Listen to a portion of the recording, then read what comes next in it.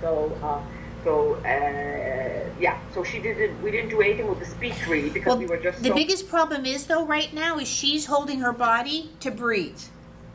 Yes. So she can't talk and breathe at the same time. So this kind of positioning right now is all for the esophagus for breath.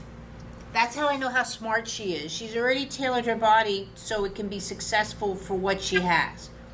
So what we have to do is see right there where she's really trying to breathe and she's going almost into retraction, right? So that's not a weakness factor, that's a movement factor. So what the biggest thing we need to do is now start working on her spine, right? Okay, yes. Because like especially even right there, she just kind of lifted, but she's lifting and doing everything from here. Most people do back of neck to do the movement, so she's here. So if you're like here and see, like if I'm working on, I can't talk. You know what I mean? Like it'll shut me down in 3 seconds. So when she's working on speech and stuff, especially when you see her get tired and she's lifting, it looks like she's lifting the head from here, but she's actually lifting from her esophagus muscles. That's where you need to support her system, especially like in speech, that she can get where she's successful doing that and learning how to talk and breathe separately. Because her speech therapy usually happens either. There she goes. Yeah, she lost her swallow. So we were able to swallow until the year of age, and then got an RSV virus, and then in Germany, and then she lost her ability to swallow. Okay. That also could be because, again, if she's working her whole body around that esophagus, same thing with the breathing and talking, breathing and swallowing, because the body's smart. So it first of all, I have to breathe. That's my number one priority. So when it comes to, do I swallow, do I breathe, the body will pick breathing. Right. So, Felipe, if you want to sit here, and I want to do the same thing with your, sit here, but your feet just like straight out, so we get the same positioning, please. Straight out. This is my assistant, Felipe. He's a lot bigger than Layla. Hello. But. He thinks it's Papa. It's not Papa. Belly. I'm gonna touch you. Hi.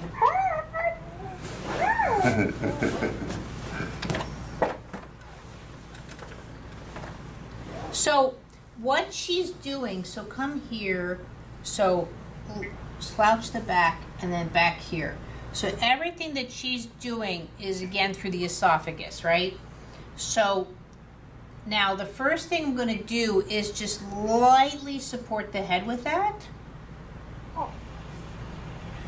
And when I'm talking about lightly, it's just a light lift, not a grab. And then again, you'll notice how the rotation in her back in this position is going to be very hard to activate. But what we're going to do first is just activate her spine. So you're going to stay on her right side. And now, by the way, you have two options with this. This is all being recorded and it's going to be sent to you. So if you want to watch and learn, I'm fine with that. But if you want to do it and watch, that's cool too. So really, I'm the easiest person to work with. And not only that, but if I explain everything, anything that you don't get, clarify, please, just by all means. And then the camera shot is more from the back, so you'll see it a tad better. So the touch going up the spine, sort of like the itsy bitsy spider.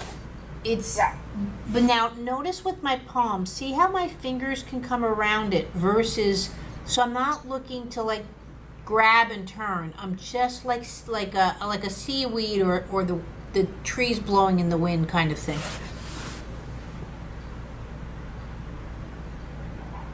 So as I'm lightly turning, sort of in this direction out, I'm lightly lifting the head.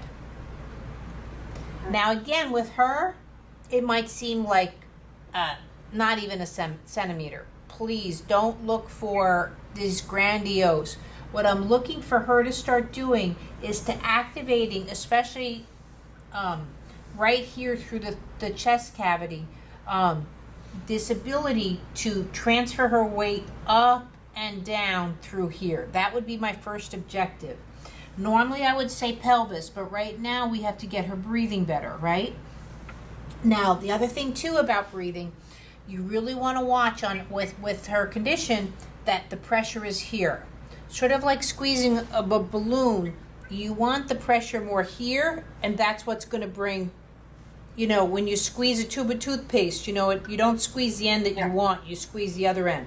So especially when she's sick, just the weight of your hand can interfere with her respiratory. You want to come from below. Now see, if I have two hands here, I don't get as much. So again, I'm just right here. Now, just like tuning a piano, you'll eventually want to go up and down the whole way. But right now, my objective is just right here. Now, you'll start to know when you're in her system, which I can imagine is going to be kind of quick with her because she is so smart. So her system will respond. And what that means is when I go up, then she wants to come back to me. If I touch her and she suddenly just goes forward, first of all, that's me. My touch is too forceful for her system, and I need to back off. I don't want to see her again where she's compromised going forward or coming backwards. I'm just looking to activate that part of the back around her neck.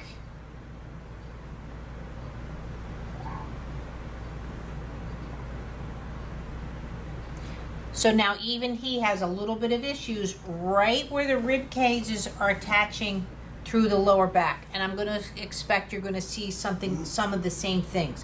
When you feel, oh wow, it's moving here, but not here, it's sort of like knocking on a door. Don't keep doing it.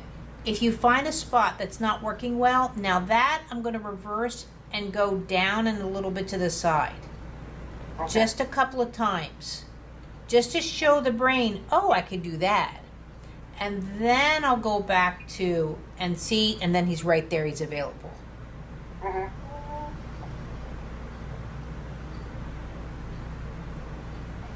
So what this is, and it's really important with her situation, the bones have to become more important than the muscles. You know, it's just like when people go, like my son's been working out now with me for like 3 months, which I'm pretty impressed. You've never seen a noodle workout before. He's like, I mean, I'm not to tease about my son, but he's doing it. But people don't understand that they say, well, we can build the muscle. No, if there's nothing there, there's no building. So in her case, we have to make the skeletal system much more important, which is fine. It's the same concept that I use. Let's say if a child has a hip replacement. Well, movement can't go through metal, you know, or artificial. It's like a rock. So I have to make the feet, let's say the chest cavity, much more available to work around that hip. Most people see the problem and go after the problem. I look for the solutions, and it's much more mathematical. But even for him, I know he's not in the same situation. You can see how he's just started to respond. Now, at that case, I can either switch sides, or this is what's nice about when you do the work as a mom. You can do literally the whole work on this side, tomorrow do the other side. It doesn't have to be 50-50. Okay. The one thing too, it's nice about my work, you literally could be sitting in a park and working on her. You know, It's not something that you have to say, okay, it's 10 o'clock, I need to do this. Right off the bat, I would just like a good week of 2 hours a day, if you can do that. And then you can ping me through Facebook, you know I'm pretty available, and just let me know what your updates are, and then we can go from there. I mean, what we've been doing with her is, obviously now, since she's been sitting, a lot of the, I mean, again, we do physio a lot, right? We do physio 3 times a week, and he comes for an hour and a half. Right. right? Right. And mainly what they're trying to do is obviously, so Scott the teaching, the rolling, and we're trying to get her to roll, Okay. okay? So Layla can roll, on her back, so she can do a side half roll and a half roll, Right. right? There's no complete roll. Right, but again, is she going to breathe and swallow, or is she going to roll? That's where her nervous system's at. So I'm going to show you just techniques to work around that neck first. I really would like, because again, you do that. I mean, if you're here, right, and you do your muscles of the neck from here, which nobody does. Like I said, for her system to figure this out, she's really smart. That's how I can tell the difference. So when you go to roll over, one of the things that my son really taught me, the reason he regressed so bad, he had a whole nasal infection that nobody caught for 3 years. So it was Haemophilus influenza. So, but what I realized is that his mucus was so thick, it threw off his speed of his motion. And so when you can't manage your secretions for whatever reason, you can't do what I feel is centrifugal force, which is rolling. Right? Because the secretions are going to supersede that centrifugal force. Because secretions want to dump and go this way where you want to go that way. And so, again, like math, it just cancels out the conversation. So what I'm doing here now is almost like a little cat's paw. So I'm along the spine, and I'm just looking to do this. Now, this will give you a good example of, go loose and fall over. So if you do too much, do you see how he starts to fall over, right? So what we need to do is to get her spine to do this, right? Right now she wants to do this, right? And so we're looking to start, those kind of movements within the spine. So this is going to give you a good indicator of where she is, that she can start shifting her weight versus falling over. Do you understand the difference? So if I shift my weight, which is done lower, she's here, right? She see the lack of shift, and I'm going to fall over. Right? So what we're trying to do is to stimulate that spine, so if she shifts, then she can still, and then come back. That's the objective. So when you work with her, what I like to do is I think of the movement. Sometimes like that, I play it out. Because again, every touch you do is functional. I'm not just sitting here massaging the spine.